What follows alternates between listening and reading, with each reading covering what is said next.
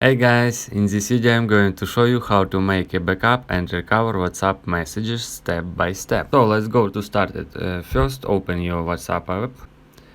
Now, if you use Android device, when you open your WhatsApp app, you should tap on three dots at the top right corner. From pop-up menu, tap on settings. If you use iPhone and iOS device, tap on the settings at the bottom right corner. From now, any steps as for Android as for iPhone iOS device are the same. We just proceed to chats and select chat backup. And here you will see backup now. Just tap on backup now.